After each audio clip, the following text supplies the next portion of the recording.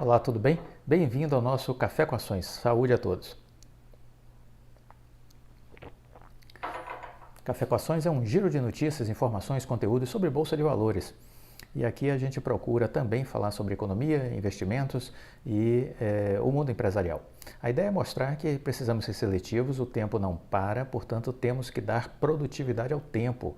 Passou, não volta mais, então vamos usar com sabedoria o tempo e utilizar ele para sermos mais produtivos, para adquirir mais conhecimento, para consolidar as nossas estratégias de investimentos. Sendo assim, temos que focar apenas nas coisas que efetivamente são relevantes e nos afastarmos do excesso de ruído que existe na mídia, que existe na internet e, sobretudo, nas redes sociais, que é uma terra de cego na grande maioria das vezes, com muita bobagem sendo dita, com muita inverdade e coisas imprecisas sendo ditas, né? Então vamos ser seletivos, isso é fundamental para o nosso sucesso na Bolsa de Valores. Bom, o que eu gostaria de destacar no Café com Ações de hoje? Começo falando sobre um caso que aconteceu agora recentemente nos Estados Unidos, um casal que se negou a tomar vacina contra a Covid e morreu exatamente de complicações por Covid. Isso aconteceu no Texas, né? O casal ele não quis tomar a vacinação lá nos Estados Unidos, eles não confiavam na vacina contra o Covid, há uma série aí de campanhas negacionistas, né, feita por gente ignorante, gente estúpida, e aí eles resolveram desafiar a doença, né? Então, por conta disso, eles acabaram sendo internados no hospital da Universidade do Texas.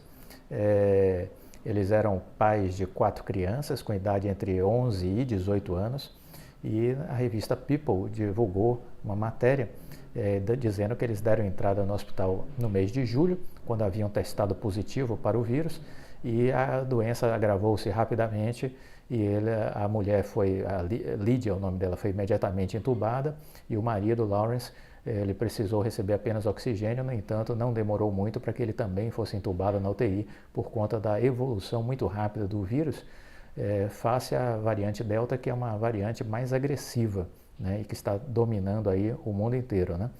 A Lydia permaneceu internada, mas morreu depois de 14 dias, em 16 de agosto, e o Lawrence também não resistiu e perdeu a vida no dia 16 de agosto.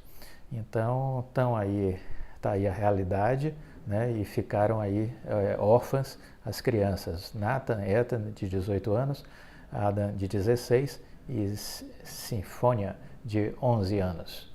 Então, essa é a realidade que a gente tem aí do desafio ainda dessa pandemia. Isso tem gerado uma certa instabilidade no mundo lá fora, pessoas com receios de uma possível volta atrás, questão de lockdowns e tudo mais, e que isso poderia prejudicar a retomada das economias. Não é o cenário com que eu trabalho. O Goldman Sachs, também um grande banco de investimentos americanos, fez uma análise de conjuntura e também sinalizou nessa mesma linha, de que não vê riscos de retrocessos com relação à pandemia.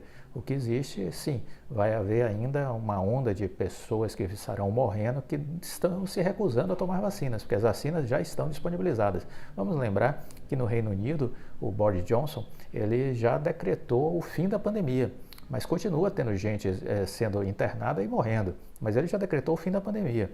Ele disse, olha, o que o governo podia fazer, já fez. Disponibilizou vacina para todo mundo, vacinou mais de 70% da população, que é a faixa, vamos dizer assim, de controle da pandemia, quando você consegue vacinar mais de 70% da população com 2 doses, não basta só a primeira, você ainda está vulnerável se tomar só a primeira dose, tem que fechar o ciclo com a segunda dose. Então ele disse, a gente já vacinou boa parte da nossa população, quem não está se vacinando é porque não quis, a gente não pode obrigar, não pode botar com a polícia para dar vacina. Então a vacina está aqui, a pessoa não quer, assume o risco de perder a vida, e os hospitais estão aí com leitos disponíveis de UTI para tentar salvar. Não é garantia que vai conseguir, mas aí é a decisão de cada um. Então essa foi a postura do governo inglês. Eu acho que é uma postura certa, o governo não pode ser babá de ninguém. Gente idiota tem que se deixar ela o livre-arbítrio, né, de ser idiota, mas sabendo que, assim como esse casal americano, a morte é certa a depender das suas condições de saúde, né? As pessoas que não cuidam bem de sua saúde, que possuem problemas de hipertensão, de diabetes, de uma série de comorbidades, né? Essas pessoas são altamente suscetíveis a serem mortas pelo Covid, né? Porque ele ataca exatamente muito essas fragilidades, né? E as pessoas que já estão vacinadas estão mais protegidas, essa é a questão. Ou entende-se isso ou não entende. Mas, por outro lado, o Goldman Sachs avalia que o nível de mortalidade será sempre muito menor com o passar do tempo, em função da aceleração das vacinas, pelo menos nos países mais desenvolvidos, nos países ricos, essa é uma realidade, né? Lembremos que o Brasil já chegou na primeira dose aí a mais de 80% de público vacinado. Estamos lentos na segunda dose, estamos aí na faixa de 30 e poucos por cento. Essa segunda dose precisa acelerar e chegar também aí no padrão de pelo menos 70%. Isso deveria acontecer muito rápido se a gente quer escapar de uma nova onda provocada pela variante Delta, né, que já está no radar. Rio de Janeiro e São Paulo acelerando a variante Delta, já se tornou dominante. E alguns hospitais do Rio de Janeiro, não sei se tem alguém assistindo que é do Rio, pode deixar o depoimento, alguns hospitais do Rio de Janeiro já estando com 90% de UTIs de novo comprometidas com Covid, né? Então essas são as notícias que alguns médicos estão comentando já no Rio de Janeiro. Muito bem, vamos continuar com outras notícias. A crise no Brasil, né? Nós já vínhamos de uma crise. Importante lembrar, quando a gente fala em crise, a gente às vezes, o brasileiro tem uma memória muito curta e aí pensa que a crise é a crise econômica provocada pela pandemia. Não, nós viemos de uma crise lá de trás, de 2015, provocada pelo desgoverno Dilma, né, que afundou o PIB em 8%. Então a gente estava na metade do caminho para sair da crise. Aí veio o Covid e jogou de novo a gente no fundo do poço. E a expectativa é que a economia esse ano cresça 5%. Se isso acontecer, é uma ótima notícia, porque a gente vai poder sair do buraco que a gente está. Mas o fato é que muita gente perdeu o emprego, o desemprego continua muito elevado e muita gente buscou como profissão ser motorista de Uber, de carros de aplicativo. E aí o que é que está acontecendo? Com o aumento dos combustíveis, essas pessoas estão sendo condenadas a deixar essa atividade que é o ganha-pão delas, mas muitas estão começando a ter que pagar para trabalhar e aí a conta não fecha, né? Então, essa é uma notícia que saiu na BBC News, né? Pessoas que alugam carros para trabalhar como motorista de aplicativo, né, de Uber, então já não está compensando. Aí a matéria fala do aluguel do carro que Daniela Teles, de 37 anos, olhava para trabalhar, usava para trabalhar, subiu de R$ 1.400 para R$ 2.000. O litro do etanol passou de 1,89 para 4. O aumento do número de casos de morte por Covid deixou com medo de estar no mesmo ambiente que desconhecidos. Parei de trabalhar com aplicativos em janeiro de 2021 porque tudo aumentou e a demanda de passageiros diminuiu. Tantas desvantagens me fizeram procurar outra coisa. Ela agora está trabalhando na Câmara Municipal de São Paulo. Eu ainda tentei fazer Uber no fim de semana, mas nem assim estava valendo a pena. Ela disse que nos últimos meses desistiu definitivamente de trabalhar com os aplicativos depois de se desanimar com o valor que gastava para abastecer o carro. Eu ganhava de R$ 200 a R$ 300 reais por dia, mas eu gastava R$ 200 reais para encher o tanque com gasolina. Então não estava valendo a pena, nem como complemento de renda. Essa tem sido a decisão de milhares de pessoas cadastradas como motoristas em aplicativo de transporte em todo o Brasil, de acordo com o número apresentado pelas associações. O Uber e a 99 não apresentaram seus números e ou nem sequer discordaram dos dados. As plataformas disseram que não tem nenhuma relação com o aumento dos combustíveis, mas que fazem parcerias com redes de postos, o que garante algum desconto para os motoristas. O presidente da Associação de Motoristas de Aplicativo de São Paulo, Eduardo Lima, ele disse que representa cerca de 62 mil profissionais e afirma que as tarifas não são reajustadas desde 2015 e que, segundo ele, 25 dos motoristas de aplicativo deixaram de trabalhar para as plataformas desde o início de 2020. Então essa é a realidade que a gente vê aí, as pessoas que estavam dependendo de ganhar um dinheiro trabalhando para o Uber ou para a 99 estão aí agora com problemas para se manter no mercado, né? Porque não consegue pagar sequer para trabalhar, vão ter que pagar para trabalhar, né? Então isso não faz sentido. Bom, uma outra notícia que eu queria dar aqui, antes de encerrarmos, a Vero Internet, ela vai buscar mais de 1 bilhão em IPO, isso está previsto para setembro. A provedora de internet Vero, controlada pela gestora de Private Equity 20 Partners, vai protocolar seu IPO nas próximas, já protocolou seu IPO, e ela tem como pretensão levantar mais de 1 bilhão de reais com a sua operação. A expectativa é que o preço da ação seja conhecido em setembro.